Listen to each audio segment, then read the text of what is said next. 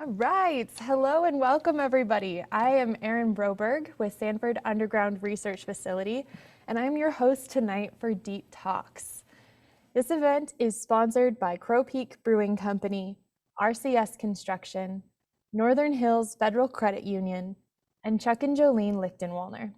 We'd like to thank them for their generous gifts and their continuing support of science outreach and education.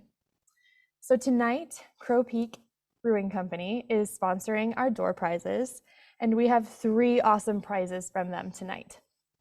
One is a growler with 1 fill. The other is a 6-pack of their locally brewed craft beer. And the final one is a gift certificate with a Crow Peak t-shirt. So we are bringing up the poll. There are some specifications. It's only on Zoom for our Zoom webinar viewers. If you're watching on Facebook, join us next time on Zoom so you can enter to win.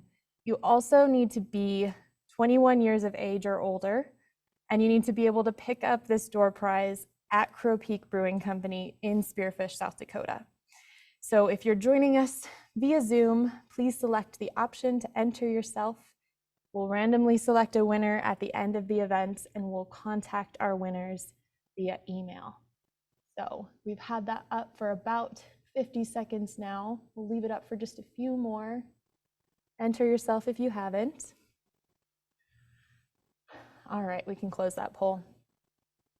So we have another way for you to win tonight as well. If you participate in the polls throughout the night on Zoom or on Facebook, you will be entered to win some Surf branded swag. So even if you don't know the answer to some of our questions, go ahead and guess anyway. The more questions you answer, the better chance you have at winning some Surf swag. So let's get into that a little bit. Tonight's event is Deep Talks, Are You Smarter Than a Dark Matter Physicist? Now, most of us, and myself included, would answer that question with an emphatic no. But tonight is your chance to show off what you do know about the search for dark matter, and you get to learn a lot in the process. As you may have heard, this is a game show themed event. So I will be playing host, I'll be presenting the quiz questions. If you're watching on Zoom, you'll be able to answer polls. And if you're watching on Facebook Live, we're gonna put the questions into the comments section. And then you can reply to that specific comment with what you think the correct answer is. So A, B, C, or D. After we poll everyone, after we see what our audience thinks, we have a special guest who will reveal his answer and give an explanation on it. If you didn't quite get those instructions, don't worry, it will become clear quickly, and I can repeat some instructions throughout the event. So tonight, all the way through, you'll be answering some of our questions, but we would also love to hear your questions. So if you're joining on Zoom, any question you have, go ahead and put it in the Q&A function and submit that. And if you're watching on Facebook, you can add your questions to the comment section. So we want you guys to be really interactive with us tonight and let us know what you want to hear. So let's meet tonight's featured speaker, Dr. Markus Horn. Dr. Horn earned his PhD in physics from the University of Karlsruhe in Germany while working on a dark matter experiment beneath the French-Italian Alps. He then continued the search with ZEPLIN and LUX, 2 precursors to the LZ experiments, at underground labs in the UK and at SURF. In 2016, Horn became a research scientist at SURF, where he supports researchers running all kinds of experiments deep underground. And now he is helping construct a world-leading dark matter experiment, which will begin its search for dark matter later this year. I may have given away one of the answers to our questions, so I hope you were paying attention. That might give you an edge. So please welcome Dr. Markus Horn. Hello everyone. Thanks, Erin, for the introduction. So yes, I'm Markus Horn, and I will try to kind of like explain all the questions we're having and try to answer any questions you guys have. So looking forward to it. Hopefully going to be fun. Have you been studying? I've been trying over the last few decades, it feels like, to learn a little bit about dark matter, so I might be able to do this. So your whole life has been coming to this point, this quiz show. This is the pinnacle of my career, no doubt about it. All We right. will see. Well, let's get started then. Oh, let's pull All up right. the next. Now I fear everything went dark. No. Someone turned off the lights. All right. There we go. Round one. Are you ready? I am ready. Born ready. All right, so I'm going to read the question and the answers, and then Erin will pull up the poll for everyone at home, and then we can see how it's going. So, obviously the first one, very easy. What is dark matter? Come on. All right, so A, the universe missing matter. B, secretions from organisms living deep underground. C, the photon's antiparticle. Or D, massive dust clouds in space. All right, audience, let's see how you do. If you're on Zoom, go ahead and answer the poll. Got a lot of answers coming in quickly, but we'll give you about 30 seconds to respond. And if you're watching on Facebook, go ahead and respond to the comment in the comments section. I really think this shouldn't be a hard question, right? I mean, it's obvious. But let's see. Let's hope it's obvious. All right, we've passed 30 seconds, so we're going to end the poll, and then we're going to reveal our audience's results. So can we hit share results? All right, there we go. Obviously, let's give us the real answer. Or should I give my answer? I will go with A. Exactly, it's the universe missing matter. So you can ask about why dark matter, what is this universe missing matter? We'll hopefully get through the following questions, a few more of those kind of like topics, but basically there is matter out there, well, we know it's there, but we can't really see it, we can't really easily detect it, so we just call it dark matter. It's a very generic term to kind of like just say like, okay, this is stuff we don't exactly know what it is, and it's kind of dark. It's not easy to see. So hopefully you will learn a little bit more about all of that throughout the evening. But that was our first question, and I see quite a few people got that right, which is awesome. Yeah. Good start. 72% of our audience knew what the answer was. So we're starting off on a good foot. All right, are we ready for question number 2? Bring it on. All right, so question 2. Dark matter makes up approximately what percent of the universe's matter? A, 0.05%, B, 10%, C, 85%, or D, 95%? All right, let's bring up that poll. What do you think, audience? I mean, we're already getting a little bit more difficult questions, but still in the easy corner, I would say. But I'm not, I don't know, I'm the expert, right? So it's like I hope these first few are easy for you. We did put in a couple that we think will stump you. We'll see. All right, we're passing 30 seconds. Let's close that poll. All right, gotta be quick. Get the answer right. All right, so I would say the correct answer. Hold on. Share the results, please. We gotta show what our audience said. All right, well, how did they do, Marcus? We've got a smattering of answers here, but it seems like C is the most popular. Well, C is actually the correct answer. Yes, it's 85%. It's a kind of like a slightly tricky question too, because we're just asking about the universe matter, but yes, 85% is unknown dark matter. We just don't know exactly. So from the 100%, we know from various observations that there is matter in the universe. All the visible matter, all the stars, the suns, the planets, dust, everything together just makes up, 15%. So it's not really a lot. There's a lot out there we don't know. And that's why we are actually doing all this research, trying to figure out what is this big chunk of universe's matter, what we call dark matter.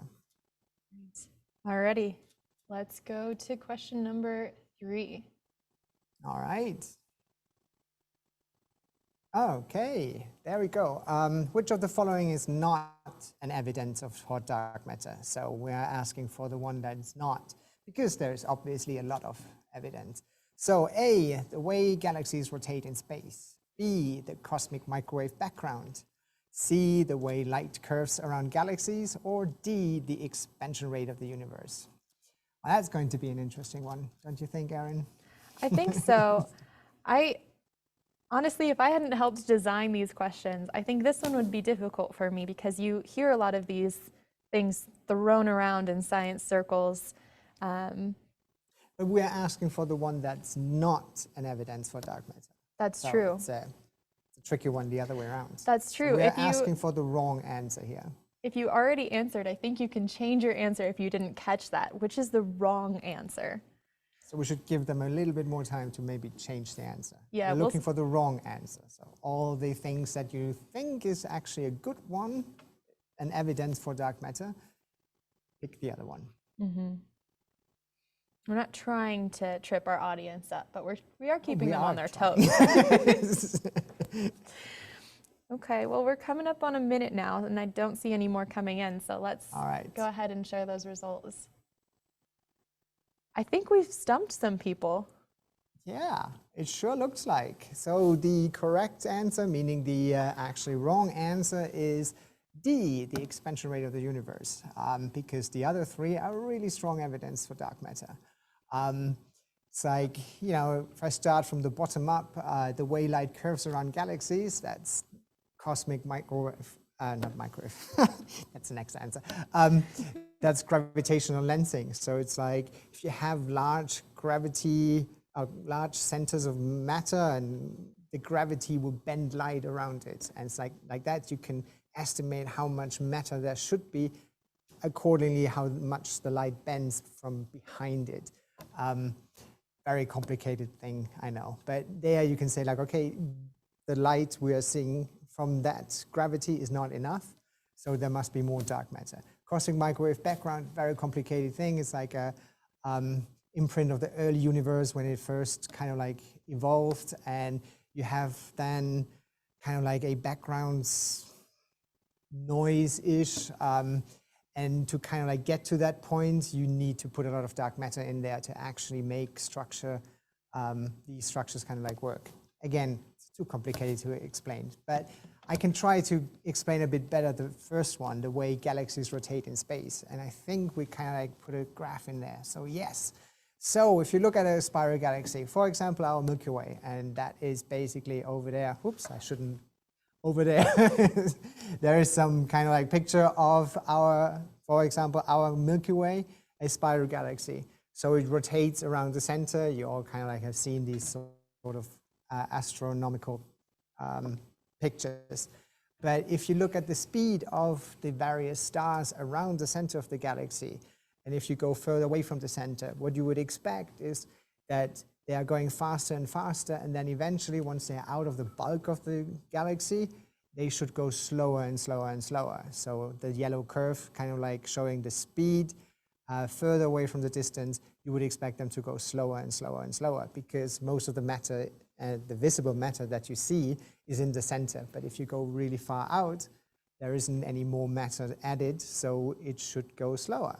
However, what you can observe, and not just in our galaxy, but like in thousands of galaxies, is that that speed from these outer stars is actually constant, and it keeps on being very, very fast. So what you would expect is actually they should fly away, these outer stars, but they don't. They stay within the galaxy.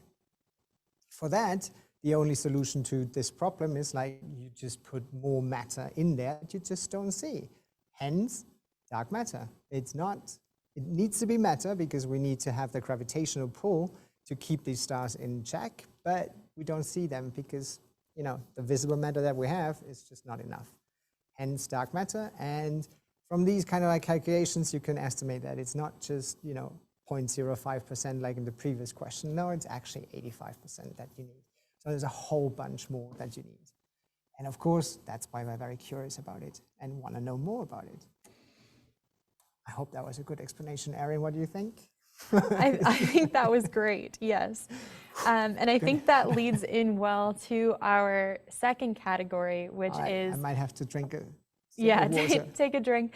The second category, second round, is the search. And I want to take a second as we're in between rounds to remind our audience, if anything about that first round gave you questions or made you a little confused or want to learn more, we will be answering questions at the end. So go ahead and submit all of your questions to the Q&A on Zoom or the chat on Facebook. So we'd love to hear those questions.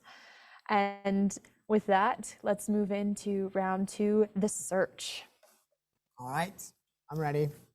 Okay, first question in the round two. What experiment is actively searching for dark matter at surf? So what are we having here looking for dark matter? So A, Casper, B, Dune, C, the Majorana demonstrator, or D, LUX-ZEPLIN? All right, let's bring up the poll. If you've been in our audience at Deep Talks or read our newsletter or check us out on social media, you will be hearing all of these names quite a bit. And these are just a few of the experiments underground at SURF. So yeah, but it's a straightforward question, isn't it? And if you would have paid attention earlier, I think Erin mentioned it already multiple times. I think I did actually let that slip during the introduction, but it's hard to introduce you without talking about the work you've done. Because I've been working on two of them already. All right, let's close that poll and share the results. All right. Oh, we got a smart audience here, I think. There we go. All right, obviously it's D, LUX-ZEPLIN. LUX-ZEPLIN stands for Liquid Underground Xenon Experiment, or no, Large Underground Xenon Experiment, which was the predecessor of LUX-ZEPLIN. And Zeppelin was shown proportional liquid, light in noble gases, which was a smaller experiment in the UK where I also worked on.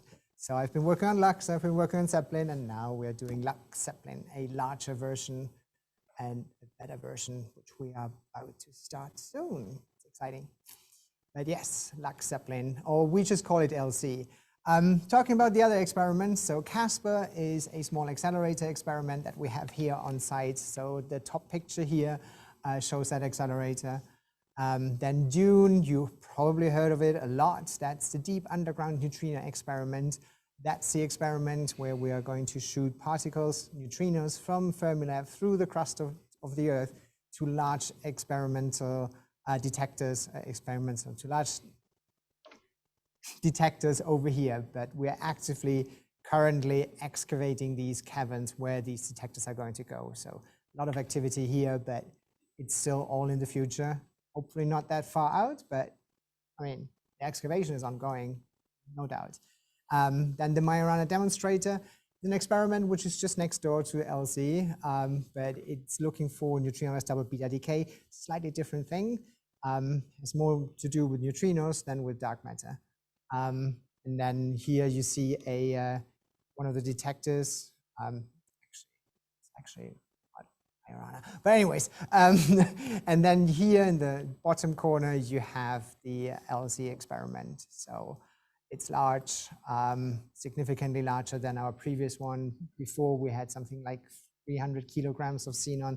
Now we're doing it with 10 tons. So the size kind of like grew by 20, 30 times. So I'm very excited to actually turn it on and take data and hopefully see dark matter. So is a prerequisite of becoming a physicist just an obsession with acronyms? I guess so. There's really an obsession. I just don't know why, but it keeps on going. Already at my PhD was Edelweiss, which was, it's a really long word, but it's still an acronym. It's Expérience pour détecter les wimp en site souterrain. It's French, and it basically means it's an experiment to find wimps in an underground lab. It's a lot of words, but you can kind of like make Edelweiss out of it if you take the pictures. And yes, we still do that. Even LUX-ZEPLIN having, combining two experiments, but we shortened the shortened one. So it's now just LC. So it goes by LC. So LZ is an acronym for the longer acronym Yes. LUX-ZEPLIN, which is You a got combination it. of two acronyms. All right, we're There you tracking go. here. That's the So the obsession. if this question was hard for anyone, don't blame yourself. Blame the obsession with acronyms that we perpetuate here. And I'll just point out too that those four were just four of our particle physics experiments, and one's astrophysics, but you know, we're in the physics realm. And SURF also hosts biology, geology, engineering, a whole range of experiments. So we just had to narrow it down to our four questions, but that's just a preview. All right, ready for the next one? All right, I noticed they are getting harder, right? They are getting harder. Okay, so next question. What theorized dark matter particle is LC looking for? A WIMP, B macho, C sterile neutrinos, or D axions? Let's bring up the poll. I think we might have let this one slip as well. So. What, you think this is too hard? No, oh wait, let's not bring up the poll yet. They caught me on this one. All right, I think this is too hard. What do you think, Marcus? You're supposed to say it's too hard. Because, I mean, I don't find it particularly hard, but supposedly this is hard. You know, you're right. This one's just too tricky. We're back into those acronyms again. How about we give our audience a lifeline? Sure, let's do that. All right. Would you like to use the 50-50? Yeah, let's do it. We have it, we should use it. There we go. So macho and sterile neutrinos are out. Now you can start the poll. All right. Oh, there we go. And now it should be straightforward. I think our audience will thank you for catching me on that and giving them that lifeline. I mean, I can talk about machos, which is like a massive massive? No, the A, it doesn't stand for anything, but it's a massive, compact halo object, in case anybody was wondering. And sterile neutrinos, we don't know yet if they are existing. But all right, I think we got a pretty dark matter, but LC is not looking for that. Share those results. How did they do, Marcus? Right, WIMP, yes, we are looking for WIMPs, because clearly we're not the macho-looking kind of people. We are more for the WIMPs. So yes, WIMPs, standing for weakly interacting massive particles. Going back to what we were talking earlier, it's like, yes, we're looking for particles. We're looking for this missing dark matter. And in our theory, it should be not really interacting. And in physics, this is then called weakly interacting. It's a bit more complicated, but I'm trying to keep it very simple. So it's not really interacting. It doesn't really want to be detected or seen. It has to be massive, so it makes up all these 85% of matter in the universe. And we assume it's a particle. And then very generically, we just call it WIMP, weakly interacting massive particle. Was that sufficient of an explanation, Erin? I think so. My question is, what came first, the acronym or the name? Yeah. I'm pretty sure it's always first the acronym. You go backwards and then you try to figure out what kind of like physics sounding words you can use. And sometimes you need to kind of like put a vowel in there because otherwise J doesn't work. So you have to put an A in there. All right. Next question. Oh, I didn't reveal that, but there we go. All right, next one. Why does the search for dark matter need to happen a mile underground? We are an underground lab, yes, we're doing this all underground. But why? A, gravity causes dark matter particles to explode near Earth's core. B, it is dark underground. And C, layers of rock shield the experiment from backgrounds. And D, rock is actually a source of dark matter particles. What do we think, audience? I mean, for being so high in our list of questions, that's an easy one, isn't it? Or am I just kind of like too blind to see that? Well, how many underground labs have you worked in? Three. Yeah. Is that your final answer? Maybe we should have asked you that as the multiple choice. Yeah, no, I visited a few more, so it's like, yeah, no, but I can't really say that I worked in there. How Yeah, many no, have it you? was like one in the French-Italian Alps, one in North Yorkshire in the UK, and one here. Where did you visit the other ones? I've been to one in, now let me think. There's one in Canada, which I haven't been to yet. There's one in China I haven't been. No, I haven't been to. You caught me on a lie. I haven't been to more than It's all three. right. I think that being a physicist is just an excuse to travel at I this should point. travel there. But yeah, these days. All right. We've given our audience quite a bit of time on this one. Let's show the results. All right. And yes, people got this right. Hey, there you go. It's C, layers of rock shield the experiment from backgrounds. So now I kind of have to go a little bit deeper in my explanation. So we are trying to find this, wimp particle that eventually kind of like does something in our experiment. We don't expect this to happen a lot because, if it were easy, people would have done it before. So it is really hard. So we're trying to find something very, very rare happening in our detector. For that, we can't really look at our detector without shielding ourselves from all sorts of background that potentially overlay our signal that we're actually looking for. So if we would run this experiment on the surface, unfortunately, there's too much cosmic rays coming down. And I think I had a graph for that, right? Yes. So if you would be on the surface, there are particles coming from outer space, hitting the atmosphere, and producing a whole bunch of cosmic ray and cosmic ray muons as well. And it's like a cascade of particles hitting us on the surface. We don't really feel them because they're just particles.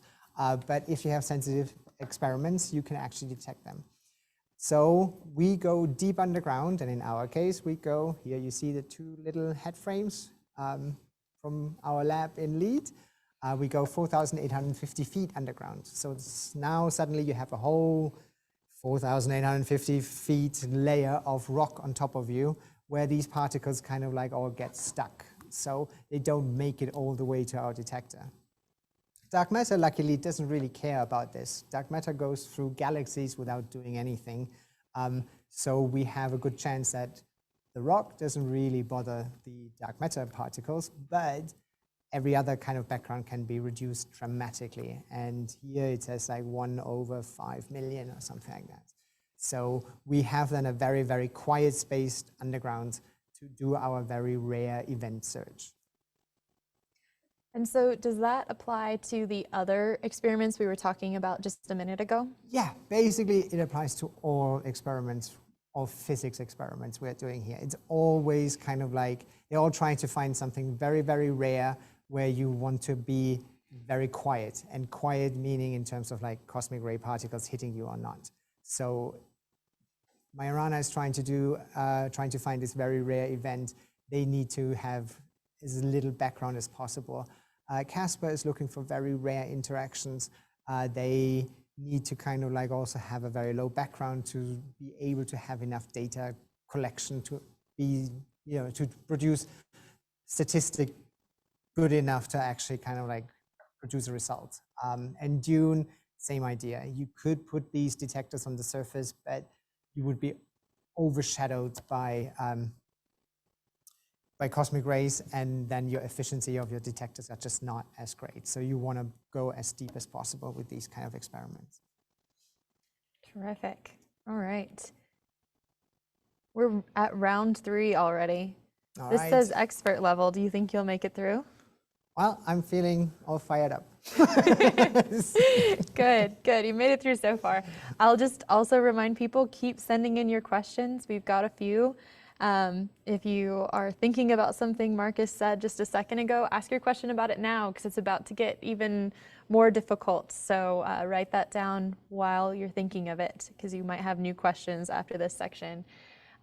Also, if you're on Facebook, we have someone monitoring Facebook to shuffle the questions over to Zoom. So give us your questions and we will answer them. And round 3. All right. So why does LC use liquid xenon as a target material? We talked about xenon and we talked about LC. So why liquid xenon? A, to squeeze more atoms into the detector, B, to make dark matter particles float, and C, to freeze backgrounds in the cold liquid, and D, to save money. Right, audience?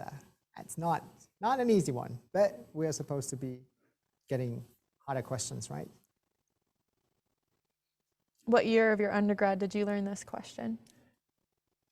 Oh, this is... Or was this your doctorate? Was this is physics 101, isn't it? I don't know. But yeah, I mean, it's if you think about it, it's actually very straightforward. Because I mean, you can start excluding things, but you can also just go straight for the answer. I don't know. All right. Well, let's see what our audience thinks. Oh, it's very mixed, isn't it? Mm-hmm. Well, I will go with A, very simple, to squeeze more atoms into the detector. Because we are looking for interactions, and you know, it's like we want the dark matter to interact with xenon, and for that, we just want to have many, many, many xenon atoms, because it's all about the likelihoods. Like I mentioned earlier, you know, dark matter can go through galaxies without really interacting with anything and being not disturbed at all. So we want to kind of like see this very, very rare event, and our likelihood is just higher if we have more atoms. So we started with a small experiment. That was not enough to see dark matter, so you build a bigger experiment. That's what we're doing right now. And, you know, liquid is just you squeeze more. Of course, there are many more reasons why we're using liquid xenon. Xenon itself is really a great material. It has no intrinsic radioactive background, or very little, and it's stable, it's easy to handle, it's heavy, it has the right kind of like mass. There are a lot of physics properties for xenon that are just right. It has a very high light yield. We'll go to that in a bit, I guess. So it's really actually great. But while we're cooling it down, we could in principle do it with gas, we could in principle do it with solid, but we just use it as liquid. So we have a question from the audience, and Yes, they're go interested ahead. in the word squeeze. How does xenon squeeze? And I think the key word there is liquid. Well, it's like with every gas, if you squeeze it, it becomes liquid. This is physics, you know, you have pressure, you have volume, and you have the amount of matter, very clearly related to each other. So the higher the pressure, the smaller the volume. You squeeze. If you put more matter, the more the pressure will go up if you keep the volume the same, stuff like that. So if you put temperature in there, then you will see if you squeeze more matter into the same volume, but keep the same pressure, then the temperature will go up.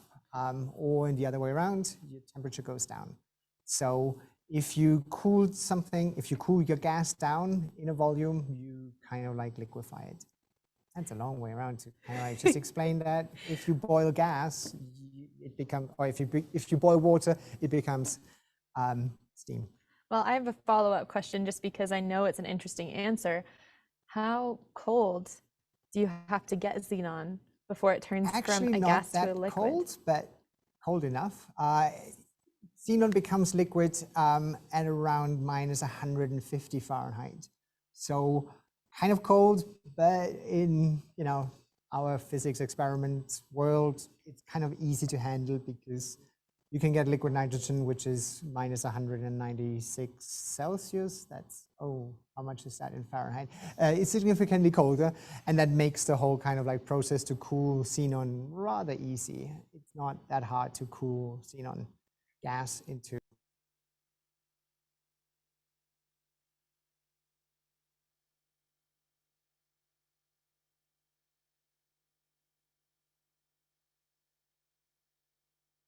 Right, let's go for the next one. So I might have already spoiled that question, but let's see if people paid attention. So how will LC detect a WIMP? So A, via beta decay of dark matter. B, observing a nuclear recoil of a WIMP in xenon. Or C, collecting Bremsstrahlung. Or D, using X-rays to see WIMPs. Let's bring up the poll. This is a very hard one. Yeah, but I kind of like mentioned it sort of in between the lines. I don't know. I thought it was, well, if you paid attention, I might have said it. And maybe I didn't. I don't know. From the answers I'm seeing, I think they were paying attention. I think so too. Or they're just smart, which clearly they are. All right. All right, let's close that up and share. Okay, obviously the question is A, better decay of darkness. No, of course it's B, observing a nuclear recoil of a wimp in xenon. So what I've been talking about, we expect dark matter to be this weakly interacting massive particle. So we build a detector where we put xenon in there. So now the idea is that you can imagine those two things basically like billiard balls. You have this dark matter particle, weakly interacting, massive particle, and you have your xenon atom. And now you just hope that one is hitting the other and producing a recoil. Because now, once this happens, this recoiling atom can actually be detected. And I think we have a graph for that, right? There you go. So this is our experiment. We have this large bucket, basically, of which we fill with liquid xenon. Then you have the incoming particle on the left, right? I don't know which side. It comes in from one side. It then eventually, or hopefully, hits a xenon atom. That xenon atom is going to be recoiled. The particle, in our case, the wimp, is just going away again. Nothing happens to it. But that recoiling particle, that produces light. Xenon, you might have heard like xenon light bulbs. So xenon is a scintillator. You produce light when something like that hits. Now you just put a whole bunch of light sensors at the top and the bottom of your detector to see this light. And with that, we can say like, okay, there was something happening in our detector. We do a bit more to kind of like make sure that we're not just, recording standard stuff that we already know about. No, we're trying to distinguish all that standard stuff we already know about from this potentially very unique signature a dark matter particle leaves in our detector. So that's why it's getting a little bit more complicated than just billiard balls. But you can break it down, it's just billiard balls. Dark matter particle hitting a xenon atom, kaboom, bit of light, detected, Nobel Prize. Simple. Extraordinarily simple. Yeah. All right. I think this is the final question here. Was that the final question? Are we already through? No, I we think have one more. This is our final question. One more. All right. Okay, so how many photomultiplier tubes? And with photomultiplier tubes, meaning PMTs, we mean very sensitive light sensors, are in the LC detector.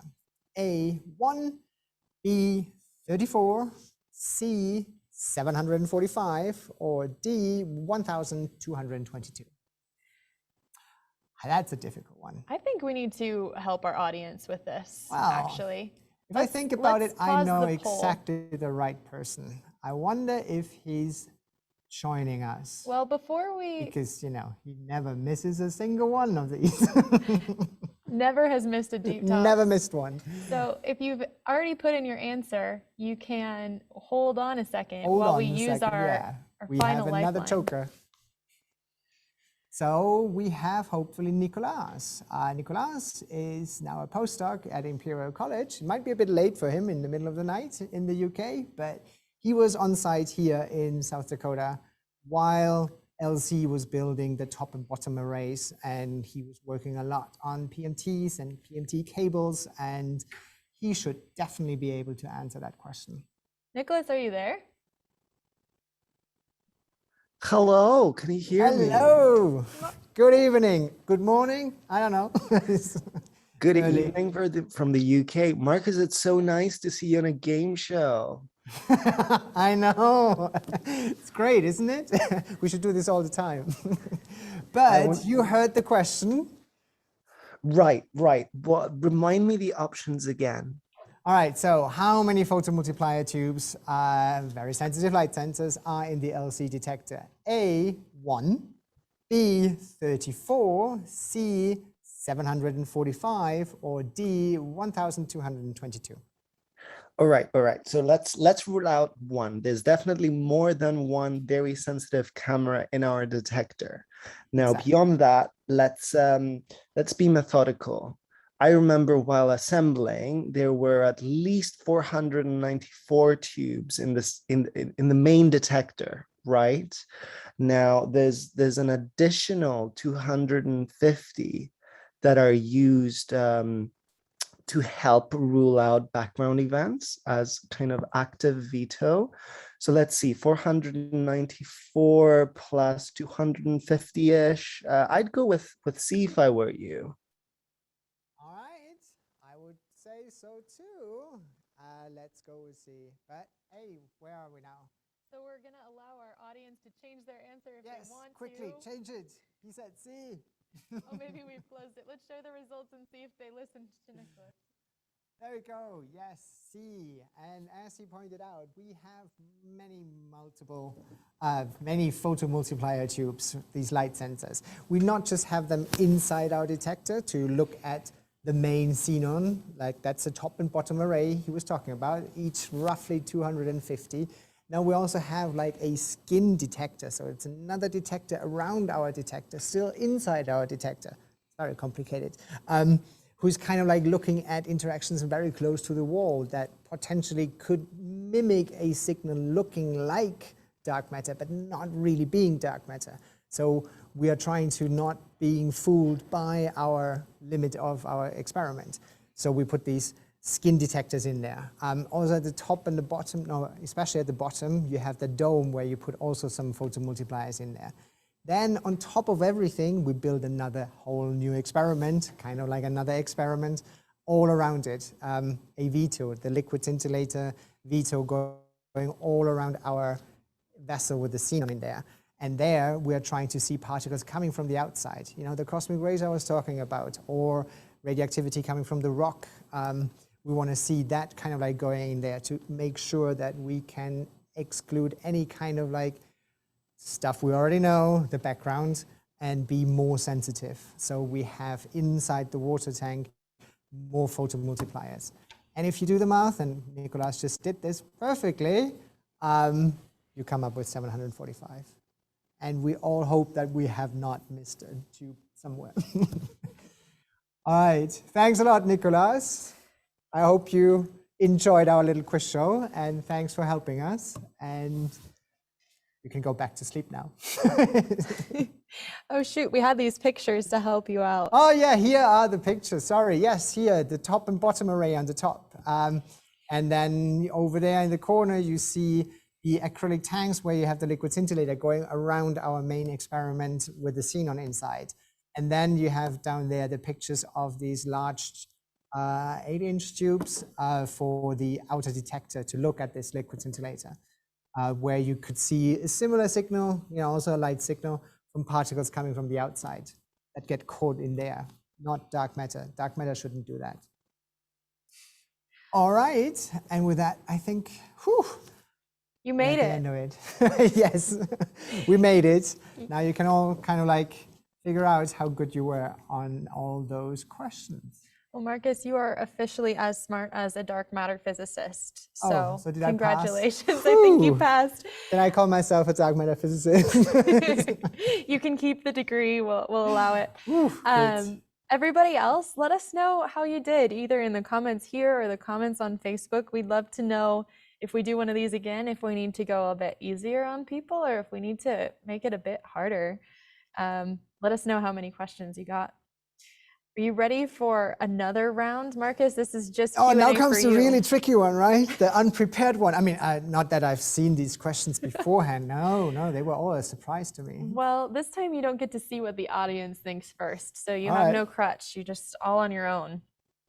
All right. So one of these questions goes back to question number,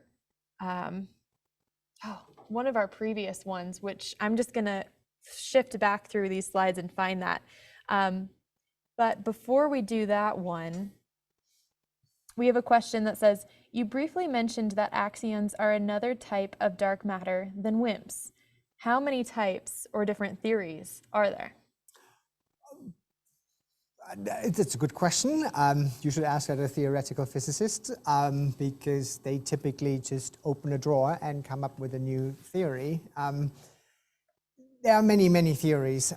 Just because it's, it's unknown. We don't know exactly what dark matter is. We don't know. I mean, well, yeah, we haven't detected it. Otherwise, yeah, well, I would have. We were. Anyways, so there are many, many ideas out there, but there are also a lot of observations which kind of like rule out certain types of candidates. If you, for example, take the machos, yes, you could say like, okay, you could have, large astro objects in galaxies that we just don't see. For example, a planet like the Earth is in our galaxy, but it doesn't really produce light that much. It's not a sun, so you could have a whole bunch of those. However, if you start putting those in, then you realize, no, this doesn't work. You need so many of those kind of like objects that they would all kind of like bounce into each other and then eventually start producing light again. So you would see them when they are bouncing into each other. So you rule them out. Similar with other things. If you say like, okay, why do we believe that Newtonian dynamics are actually correct? So the law of gravity, why would it be correct? I mean, it works fine if you have an apple falling off a tree, but does it work, galaxies away and these really, really large scales? How about we modify them to kind of like make it work? Good idea, but then, certain observations can kind of like just don't really work out in favor of that theory. The famous bullet cluster comes to mind there, but I don't want to start rambling on about these things. So yes, there are other candidates, and we would be stupid if we are not open to these new ideas. We got to be open because we could be asking the wrong question, but we ask all questions. However, the favorite candidate is this very generic WIMP particle because there you can put all the kind of like remaining questions in this kind of like idea that it has to be a particle, it has to be all over the place, it has to kind of like eventually interact with matter. It's just a question of how sensitive the detector can be to actually detect it. That's our hope. There you go. And it's a good hope. It's a well-funded hope too. So a question that goes back to, I think it was our third question of the night, when we asked which of the following is not evidence for dark matter. The correct answer, which is not evidence for dark matter, is the expansion rate of the universe. So our audience member asks, what is that evidence for? Well, that would be more going towards dark energy, which is a very, very dark thing to ask because that becomes very quickly very complicated. So if you look at the whole energy content in the universe, not just matter, but sure, energy and matter is basically the same. That's Einstein. We all been there. But if you look at that, then you realize that dark matter is not even the full story. So dark matter and normal matter alone is just kind of like making 25% or whatever. So you need a whole bunch more stuff, which is actually dark energy. And that comes into play for a sort of negative pressure that expands the universe. But I'm not the dark energy expert. I'm the dark matter physicist. So yeah, you might have to invite one day a dark energy expert to explain dark energy, but they haven't managed to convince me or not convince me to kind of like explain it easily to me. So, So maybe good luck with that. maybe we should do that. Let's stick to dark matter. Yeah. It helps our audience, though, to know that dark matter and dark energy are two different things. They're just things we know very little about, so they're dark. Okay. How massive are WIMPs? The M stands for massive in WIMPs, but how massive? Well, how do you gauge that? Good question.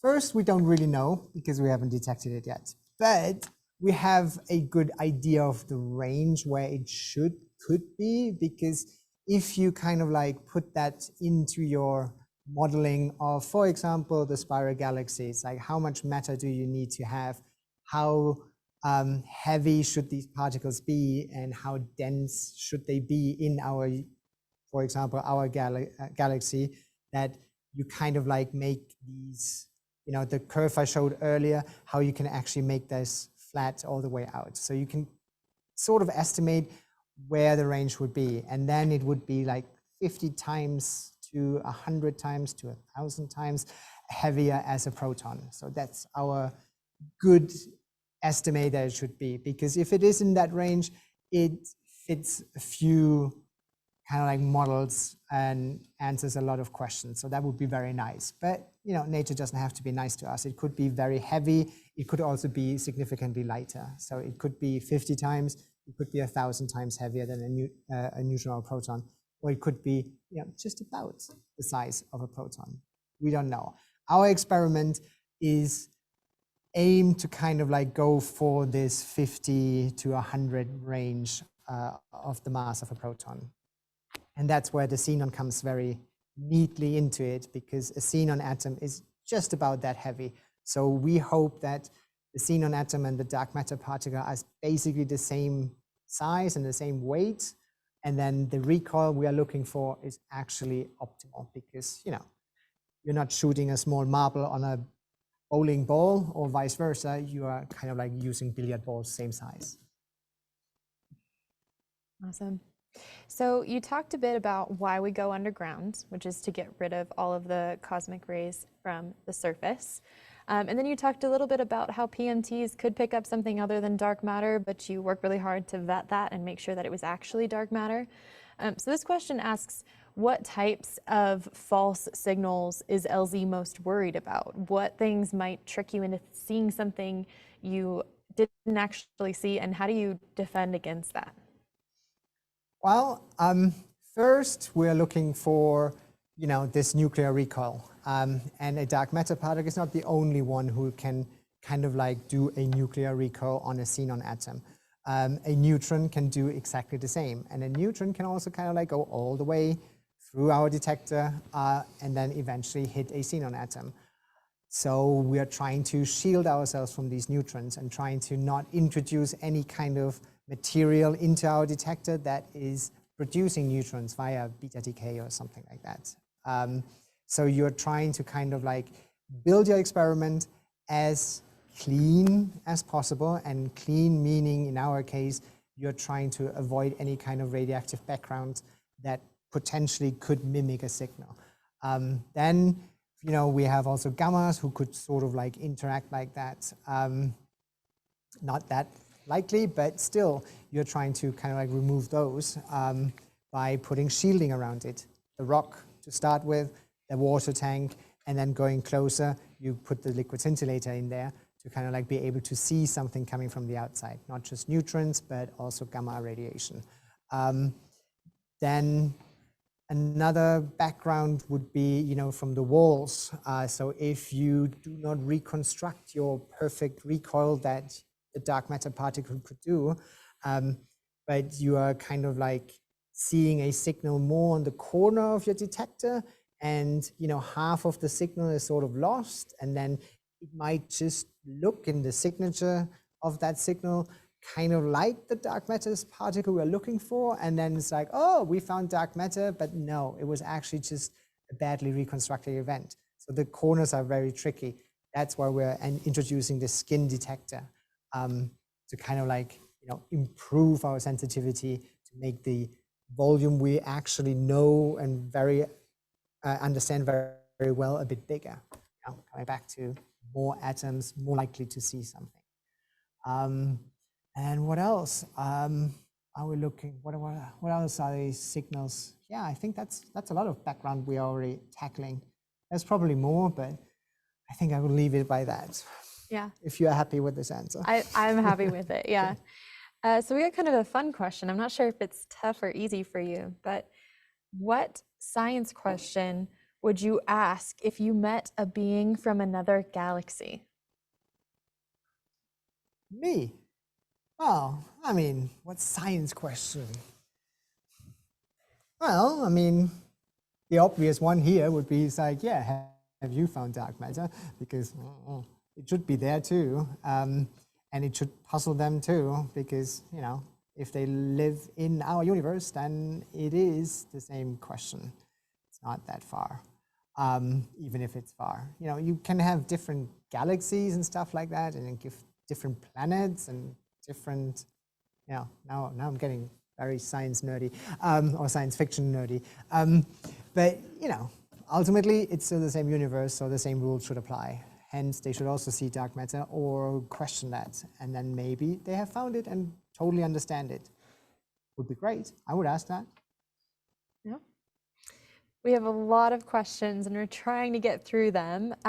One is, sometimes neutrinos have appeared in some of these questions.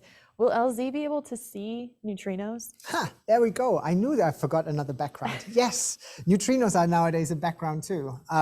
So yes, you know, SURF became kind of like, or SURF or Homestake Mine as a physics place became famous with, you know, our neutrino experiment trying to see neutrinos down here, and Ray Davis finding that kind of like oddness with neutrinos, and won a Nobel Prize. So great start. So he built a big experiment in the same cavern that LC is now built, and detected a bunch of something like 30 neutrinos or something like that, and won a Nobel Prize back in the 60s. However, now our experiment is going to be so sensitive that neutrinos eventually become a background source. So we will see a few neutrinos interacting in the same way as our dark matter particle is interacting. And then the signature will look like a neutrino, or will look like a dark matter particle, but it's actually a neutrino. So we got to be very sensitive towards that, because we will see, like, I think now hopefully nobody's, you know, checking me, but I think it will be like in the hundreds of events from neutrinos we're going to see with our experiment. So unfortunately, or fortunately, we can still distinguish them in a certain way from our dark matter candidates we are looking for, but they are a background source as well. All right. Well, we're running up towards the end of our time, but we just got one really great question that I'd like to leave us on. What is the overarching reason to study dark matter and prove it? Well, I get this question a lot. It's like, why are we doing this? Well, and then I always kind of like become very philosophical. It's like, this is what humans do. We see a problem and we don't understand it, and we ask the question, and then we are really trying hard to figure it out. And this is just one of those things. It's like, we know that we don't know a lot about the universe. We know that 85% of the matter, or if you go in the other way, it's even more with the dark energy, that we just don't know. And I'm sorry, for me, this is a very frustrating thing to not know. And it's like, that's why we are doing and devoting our careers to kind of like figure out what dark matter is. And for that, we need to do experiments. Of course, you could say like, oh, it's all just a waste of time. We're not going to cure cancer, or we're not going to, you know, feed the world with high proteins. No, it's like, it's blue sky science that potentially has some effect. But that's how humans kind of like move forward. We do science, we try to figure out things that we haven't figured out before. And in the course of doing that, we might learn a lot, and we might be able to use that in some other way or shape or form. So yes, I'm doing it. We are doing it. We're all doing it here. We're very dedicated to it. Well, thank you so much, Markus, for everything tonight, and thank you to our awesome audience for asking questions and answering questions this time around. We wouldn't be a good game show if we didn't give our contestants and speakers some sort of award. So, Markus, to thank you for coming on tonight, we have this print of a photo of, it's snowy, and you can see the Ross head frame over here. So your experiment's somewhere down here, I Further suppose. down. Way down. So we'll give you this as a thank you for joining us tonight. And for our audience, if you participated and if you put yourself in the Crow Peak Brewing Company poll, you might be getting something too. So thank you so much to our Deep Talks sponsors and to the Surf Communications team that makes this event possible. I will end with a reminder to join us on Thursday, November 18th for a discussion on the ongoing excavation for the deep underground neutrino experiment, which Dr. Horn talked about a little bit earlier. And that's going to be with James Ricard, who is a resident engineer for the Fermi Research Alliance. So watch for information on our website and social media channels for that. A recording of this talk will be shared on our Facebook, Vimeo, and YouTube channels, so feel free to share it with a friend who missed the live event. Maybe they can follow along and try to answer those questions as well. When you leave, you'll be given the option to take a survey about your Deep Talks experience, and we'd love to hear what you have to say to help make this event better and better. So on behalf of myself and Dr. Markus Horn, thank you so much for joining us tonight. All right, bye.